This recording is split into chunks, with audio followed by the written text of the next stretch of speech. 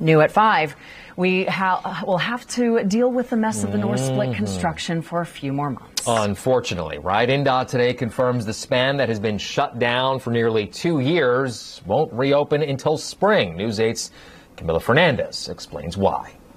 The world has been dealing with supply chain and labor shortages for the last 18 months, and so that certainly is one of the messages here. But it is unfortunate because this is a city. We have to get to and from work. We have to get, especially with the holidays happening right now, and there's so many people. Big Ten is this weekend. It's troubling to hear for sure. NDOT officials anticipate the North Split interchange to be fully open by the end of April, nearly 6 months later than the original timeline when work started. They say it's taken upwards of 2 years to get some parts, and that colder weather makes it difficult to do concrete work.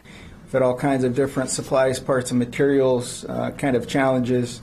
Most recently, there's been pin-up demand on cement in the state. So all kinds of things. We've cast a really wide net to try and overcome those, but certainly just the facts, I think, of what we're dealing with. And certainly we've invested on moving up orders on materials to make sure that they are on the ground, that we can procure them when they're available, so that when we're ready for construction and different aspects and phases of the project, that we're ready to do that.